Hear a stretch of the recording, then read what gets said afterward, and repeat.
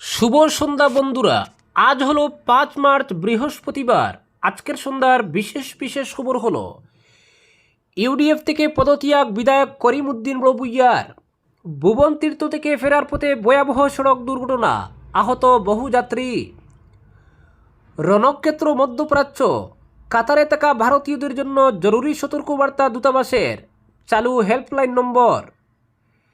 ইসরায়েলের প্রধান প্রতিরক্ষা সদর দপ্তর গুড়িয়ে দিল হিজবুল্লাহ।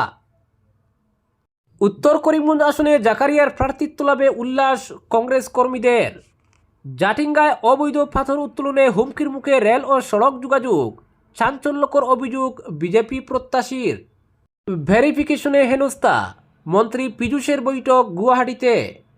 বদরপুরের বুন্দাশিল শাহ ইয়াকুব রাস্তার কাজ নিম্নমানের, খুব জনমনে।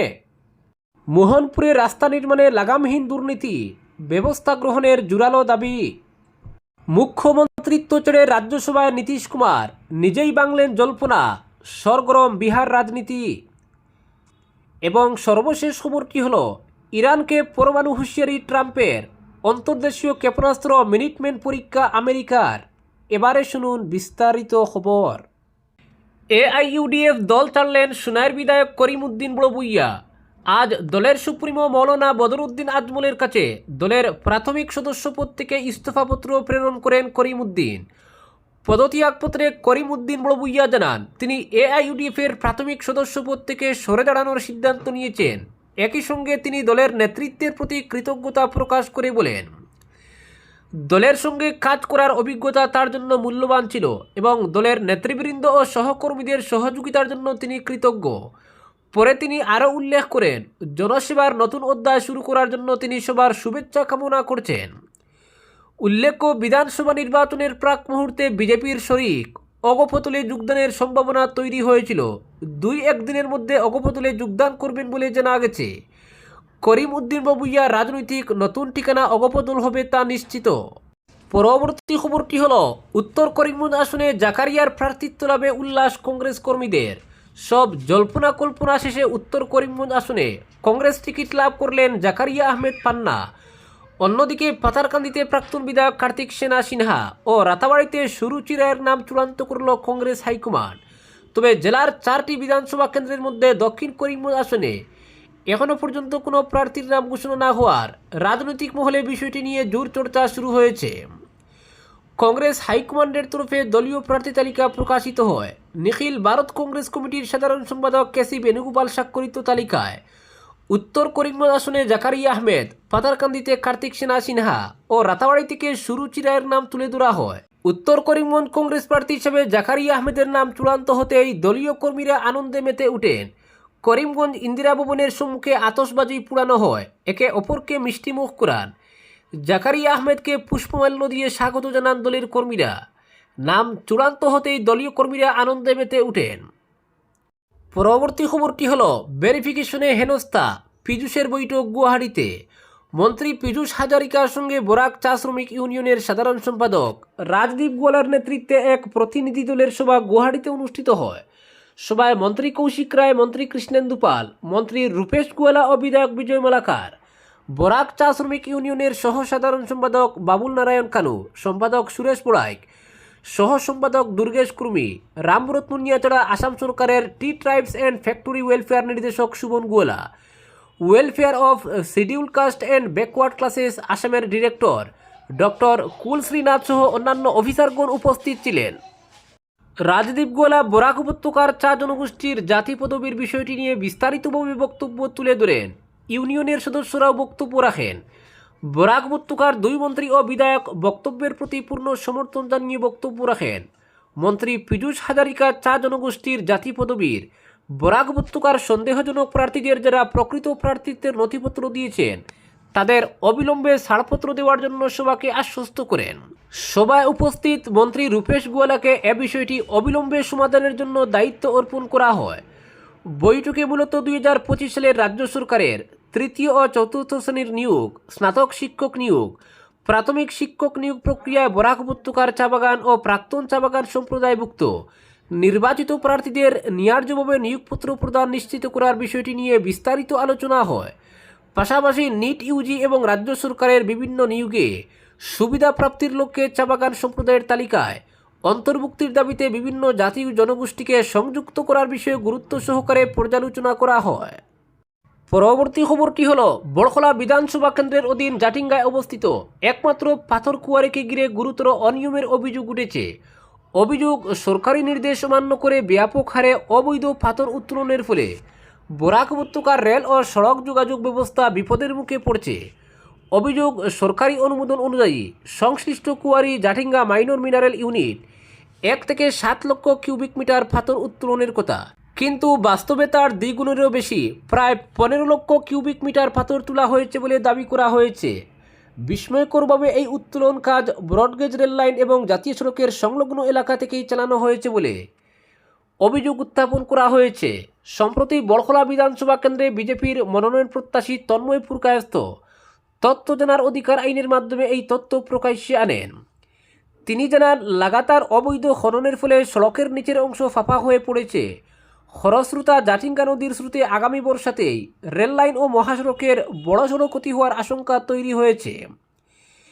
এমন পরিস্থিতি সৃষ্টি হলে বরাক উপত্যকার সঙ্গে উত্তর পূর্ব ভারতের একমাত্র গুরুত্বপূর্ণ যোগাযোগ ব্যবস্থা বিচ্ছিন্ন হয়ে পড়তে পারে বলে তিনি সতর্ক করেন। ইতিমধ্যে তন্ময় পুরকায়স্থ কাছাড় বন সংমণ্ডলের অধিকর্তার হাতে একটি স্মারকলিপি তুলে দিয়ে অবিলম্বে ব্যবস্থা গ্রহণের দাবি জানিয়েছেন। তার অভিযোগ, মহালদার সহ অন্য এক ব্যক্তির নেতৃত্বে একটি বন মাফিয়া চক্র দিনরাত অবৈধভাবে পাথর উত্তোলন চালিয়ে যাচ্ছে। আরটিআই সূত্রে প্রাপ্ত তথ্যে যেখানে মাত্র 7 লক্ষ কিউবিক মিটার উত্তোলনের অনুমতি রয়েছে, সেখানে ইতিমধ্যে প্রায় 15 লক্ষ কিউবিক মিটার পাথর তোলা হয়েছে বলে অভিযোগ রয়েছে। অথচ বন বিভাগের নাকের ডগায় এ ধরনের কার্যকলাপ চললেও বিভাগ কার্যত নীরব দর্শকের ভূমিকা নিয়েছে বলে অভিযোগ। এ বিষয়ে ডিএফওর কাছে বিষয়টি উত্থাপন করা হলে তিনি 7 লক্ষ কিউবিক মিটারের সীমা নির্ধারণের কথা উল্লেখ করেছেন। তবে বাস্তবে সেই সীমা মানা হয়েছে কিনা তা নিয়ে প্রশ্ন উঠেছে। গোটা ঘটনায় বন বিভাগের ভূমিকা ও তদারকি নিয়ে জনমনে তীব্র ক্ষোভের সৃষ্টি হয়েছে। পরবর্তী খবরটি হল, মধ্যপ্রাচ্যের রণক্ষেত্রের পরিস্থিতি ক্রমশ জটিল হচ্ছে। ইরান, ইসরায়েল ও আমেরিকা সংঘাতের আঁচ এসে পড়েছে কাতারেও। এই আবহে সেদেশে বসবাসকারী লক্ষ লক্ষ ভারতীয় নাগরিকের নিরাপত্তা নিশ্চিত করতে বিশেষ সতর্কবার্তা জারি করল দোহায় অবস্থিত ভারতীয় দূতাবাস। নাগরিকদের অকারণে বাড়ির বাইরে বেরোতে নিষেধ করা হয়েছে, এমনকি ব্যালকনি বা জানালার পাশে দাঁড়াতেও বারণ করেছে দূতাবাস। আজ জারি করা নির্দেশিকায় ভারতীয় নাগরিকদের স্থানীয় প্রশাসনের সমস্ত নির্দেশ কঠোরভাবে মেনে চলার অনুরোধ জানানো হয়েছে। দূতাবাসের তরফে বলা হয়েছে, খুব প্রয়োজন ছাড়া ঘরের বাইরে বেরোবেন না, বিশেষ করে জানালা, ব্যালকনি বা খোলা জায়গা থেকে দূরে থাকুন। পরিস্থিতি মোকাবিলা এবং সাহায্যের জন্য 24 ঘন্টা চালু থাকবে একটি বিশেষ হেল্পলাইন নম্বর। নাগরিকদের গুজবে কান না দিয়ে কেবল সরকারি তথ্যের উপর ভরসা করতে বলা হয়েছে। ইরানের সর্বোচ্চ নেতা আয়াতুল্লাহ আলী খামেনির মৃত্যুর পর প্রতিশোধ নিতে মরিয়া ইরান, কাতার সহ একাধিক উপসাগরীয় দেশকে নিশানা করছে তারা। বুধবারও কাতারের আল উদাইদ গাড়িতে ইরান ব্যালিস্টিক মিসাইল হামলা চালিয়েছে বলে খবর। যদিও কাতারের প্রতিরক্ষা মন্ত্রকের দাবি, অধিকাংশ ক্ষেপণাস্ত্রই আকাশপথে ধ্বংস করা হয়েছে। কাতারের আকাশসীমা বন্ধ থাকার কারণে দোহার হামাদ আন্তর্জাতিক বিমানবন্দর থেকে উড়ান চলাচল আপাতত বন্ধ। কাতার এয়ারওয়েজ জানিয়েছে, আগামীকাল 6 মার্চ সকাল 9টার আগে পরবর্তী আপডেট পাওয়া সম্ভব নয়। এর ফলে কাতারে বসবাসকারী কয়েক লক্ষ ভারতীয় ও প্রবাসী শ্রমিক চরম অনিশ্চয়তার মধ্যে পড়েছেন। ইতিমধ্যেই অনেক ভারতীয়কে উদ্ধার করে দেশে ফেরানো হলেও আকাশপথ বন্ধ থাকায় বর্তমানে যাতায়াত থমকে রয়েছে। উদ্ভূত পরিস্থিতিতে ভারতীয়দের ধৈর্য ধরার ও দূতাবাসের সাথে যোগাযোগ রাখার পরামর্শ দেওয়া হয়েছে। পরবর্তী খবরটি হল, মুখ্যমন্ত্রিত্ব ছেড়ে রাজ্যসভায় নীতিশ কুমার, নিজেই বাংলেন জল্পনা, সরগরম বিহার রাজনীতি। অবশেষে জল্পনা কল্পনার অবসান, নিজের ভবিষ্যৎ ও রাজনৈতিক পদক্ষেপ স্পষ্ট করলেন বিহারের মুখ্যমন্ত্রী। তিনি জানিয়েছেন, রাজ্যসভায় যাওয়ার সিদ্ধান্ত তার নিজেরই, যার ফলে কয়েকদিন ধরে চলা রাজনৈতিক গুঞ্জনে এবার শিলমোহর পড়ল।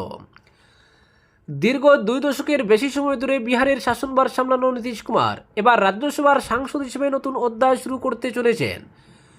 আগামী 16 মার্চ রাজ্যসভা নির্বাচন পর্যন্ত তিনি মুখ্যমন্ত্রীর পদেই থাকবেন বলে দলীয় সূত্রে জানা গেছে। তার দল ইতিমধ্যেই প্রস্তুতি শুরু করেছে। নীতিশের এই সিদ্ধান্ত ঘিরে জাতীয় রাজনীতিতে তীব্র আলোড়ন শুরু হয়েছে। যদিও মুখ্যমন্ত্রীর পদ ছেড়ে দেওয়া রাজনৈতিক জল্পনা তুঙ্গে উঠলেও নীতিশ কুমার স্পষ্ট ভাষায় জানিয়েছেন, রাজ্যসভায় যাওয়ার আগ্রহ তার ব্যক্তিগত সিদ্ধান্তের ফল। রাজনৈতিক জীবনে একাধিকবার শিবির পরিবর্তনের জন্য নীতিশ কুমারের নামের সঙ্গে পল্টুরাম তকমা জুড়েছে, তবু বিহারের রাজনীতিতে তার জোরালো প্রভাব রয়েছে। এই রাজ্যসভার সদস্য হওয়া নিয়ে সোশ্যাল মিডিয়া নিজের বার্তা স্পষ্ট করেছেন নীতিশ কুমার। পরবর্তী খবর কি হলো, ইরান যুদ্ধে কি পরমাণু বোমা ব্যবহার করবে আমেরিকা? দুমদুমার ত্রিপাক্ষিক লড়াইয়ের মধ্যে পরমাণু বোমা বহনে সক্ষম অন্তর্দেশীয় ব্যালিস্টিক মিসাইল মিনিটম্যান 3 পরীক্ষা করল আমেরিকা। দ্বিতীয় বিশ্বযুদ্ধে হিরোশিমাকে মুহূর্তে নিশ্চিহ্ন করেছিল পারমাণবিক বোমা লিটল বয়। মার্কিন সামরিক সূত্র জানাচ্ছে, মিনিটম্যান 3 তার তুলনায় 20 গুণ বেশি শক্তিশালী পরমাণু বোমা বহনে সক্ষম। মার্কিন মহাকাশ বাহিনী গ্লোবাল স্ট্রাইক কমান্ডো সূত্রে খবর, মঙ্গলবার রাতে ক্যালিফোর্নিয়ার ব্যান্ডেনবার্গ সেনাঘাঁটিতে অন্তর্দেশীয় ব্যালিস্টিক মিসাইল মিনিটম্যান 3 পরীক্ষা করা হয়েছে। আনুষ্ঠানিক বিবৃতিতে মার্কিন সেনার সংশ্লিষ্ট দপ্তর জানিয়েছে, রুটিন পরীক্ষা হয়েছে অন্তর্দেশীয় মিসাইলের। এর সঙ্গে ইরান যুদ্ধের কোনো সম্পর্ক নেই। পাশাপাশি জানানো হয়েছে, 1000 মাইল দূরের মার্শাল দ্বীপপুঞ্জের নির্দিষ্ট লক্ষ্যে সফলভাবে আঘাত করেছে শক্তিশালী ক্ষেপণাস্ত্র। উল্লেখ্য, মিনিটম্যান 3 এর পাল্লা প্রায় 6000 মাইল, গতিবেগ ঘন্টায় 15000 মাইলের বেশি। প্রসঙ্গত, গত শনিবার আমেরিকা ও ইসরায়েল যৌথভাবে ইরানে হামলা শুরু করে, যাতে মৃত্যু হয় আয়াতুল্লাহ আলী খামেনি সহ 48 ইরানি শীর্ষ কর্তার। এরপরেই মধ্যপ্রাচ্যের একাধিক দেশের মার্কিন ঘাঁটিগুলি লক্ষ্য করে একের পর এক ক্ষেপণাস্ত্র ও ড্রোন ছুটছে ইরান। এছাড়াও ইসরায়েলি হামলা চালাচ্ছে তেহরান। আজও নতুন করে ইসরায়েলে ক্ষেপণাস্ত্র ছুড়েছে ইসরায়েল। প্রশ্ন উঠছে, এই অবস্থায় মার্কিন পারমাণবিক আস্ফালন, রুটিন পরীক্ষা নাকি প্রচ্ছন্ন হুঁশিয়ারি? আজকের বিশেষ সংবাদ এখানেই সমাপ্ত।